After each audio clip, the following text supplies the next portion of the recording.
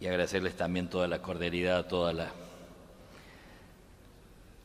esa capacidad de abrazar que tiene este pueblo riojano, de recibirnos con tanta delicadeza. Recordaba Lacordaire, decía que es propio de los grandes corazones el descubrir la necesidad más urgente de su época y consagrarse a ella. Angelelli tenía todas las características de esos hombres que Dios suscita para ser en cada época los enviados que testimonian la trascendencia de lo eterno y captan para orientar las angustias e inquietudes de su generación. Un apóstol, el hombre que toma conciencia de su misión y se entrega a ella sin límite, el que da la vida, el que se juega la vida. Por eso hay también en el apóstol los rasgos de un profeta. Y los rasgos esenciales de un profeta, que es un hombre de la palabra, que es alguien expropiado por Dios en favor de su pueblo, que es un portador de un mensaje que no le pertenece, que no es suyo, que es un provocador de crisis, jamás es inocuo, sino que su vida, su palabra, su testimonio obliga a tomar decisiones. El profeta se mueve en una posición siempre incómoda, oposiciones, rechazos más que privilegios. No busca fáciles consensos, sino que vive una costosa fidelidad al mensaje. Su autoridad deriva de la palabra, qué dice, cómo lo dice y lo que produce en el corazón de su gente.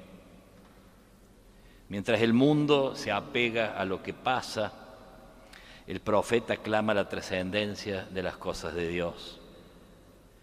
Y a la fascinación de la bagatela, el profeta abre las perspectivas infinitas del reino. Por eso, no siempre es comprendido. Mientras recoge todas las angustias humanas de su época, experimenta al mismo tiempo el sentido de su soledad. Es el que se olvida de sí mismo para ofrecerse a los demás. Es el que cada dolor lo hace suyo y cada gemido humano encuentra un eco en su corazón. Es que con su palabra y con su vida se constituye en alguien que interpela, como decía San Alberto Hurtado, y le calza muy bien a Angelelli y a los compañeros mártires, como un dardo agudo que se clava en las carnes dormidas de la indiferencia, o como un vigía que rompe con su grito estridente el silencio cómplice. Audacia de un apóstol que con magnífica libertad dijo fuerte lo que su mente veía y supo de esa misma realidad sacar las normas de la acción. Aquella pregunta que en él, ¿qué haría Cristo en mi lugar? ¿No? Que mi actuación sea la de Cristo, no la que tuvo, sino la que tendría si estuviera en este momento y en este lugar. Ante cada problema, ante los grandes de la tierra, ante los problemas políticos de aquel tiempo y del nuestro, ante los pobres, ante sus dolores y miserias, ante la insuficiencia de nuestras obras, ¿qué haría Cristo en mi lugar? Y hacerlo en el presente. Ese es el desafío y eso es lo que vivió Angelelli y sus compañeros. Por otro lado decían de San Ignacio y le calza también muy bien a estos hombres, ¿no? A estos hombres de Dios. No tener miedo al sueño grande y a la vez cuidar el pequeño detalle es propio de los hombres de Dios. El sueño grande, sueño de libertad, sueño de grandeza de corazón para nuestra gente y a la vez también el pequeño detalle. Yo recordaba su pasar por Córdoba y algunos decían, ¿no? Acompañaba al gremio de los taxistas en Córdoba. Le gustaban los circos. Cuando llegaba un circo a Córdoba, Angelelli inmediatamente los iba a visitar y se contactaba con la gente del circo, quizás lo último que a uno se le ocurriría, ¿no? Allá iba. Ayudó a organizar a las empleadas domésticas, a los obreros y a los mineros. Tenía amistad con todos los pobres que vivían a la orilla del río. Decían de él, era un hombre sano, abierto, limpio de corazón, sin complejos, claro y limpio en sus manifestaciones de afecto, austero, un hombre que tenía muy pocas cosas, era pura misericordia, decían, tenía todas las virtudes, misericordia, solidaridad, fuerza, constancia, veracidad, autenticidad de vivir lo que predicaba. Tenía una gran capacidad de perdonar, de no odiar. Lo vi llorar, decía uno de sus compañeros, lo vi llorar por el sufrimiento que le causaban sus pares. Nunca daba nombres. Tenía todas las cualidades de un padre, fraternidad, solidaridad. Nos entusiasmaba vivir entre los pobres y promoverlos, no desde afuera o desde arriba, sino encarnándonos. Decía él, no me voy a morir en la cama. Van golpeando alrededor mío, pero al centro estoy yo. Y cuando me busquen, yo voy a estar allí. No puedo abandonar el rebaño, aquí me quedo. Angelelli fue un hombre del silencio. En el mensaje que él daba aquel 1 de enero del 73 en el Tincunaco, ¿no? El Evangelio, decía él, me puede conmover, si dejo que el Señor me silencie, me saque de mis afectos torcidos, de mis sentimientos que dañan, de mis pensamientos obsesivos y pesimistas.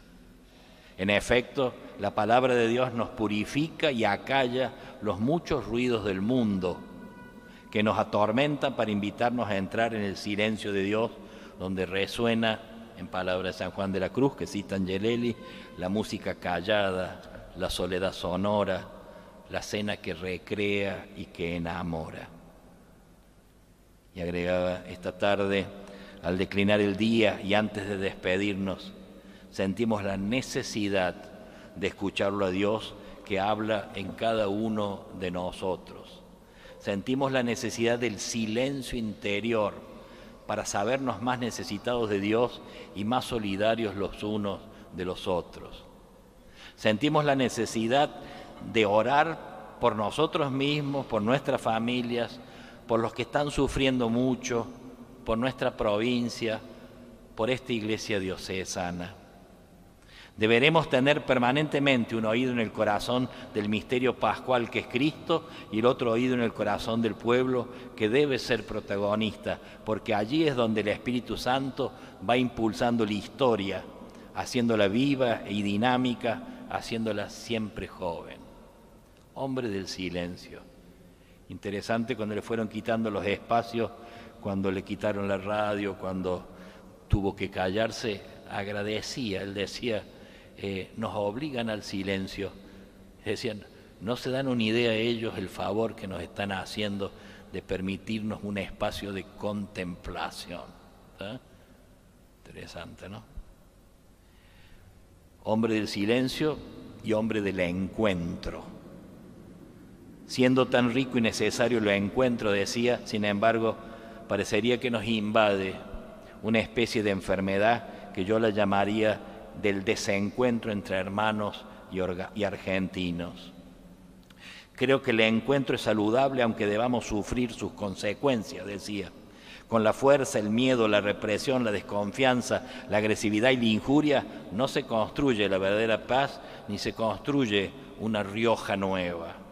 No se construye el encuentro con el silenciamiento del dolor de nuestro pueblo y no atacar las causas que lo provocan, a pesar de laudables esfuerzos que se vienen haciendo para solucionar problemas urgentes e inmediatos.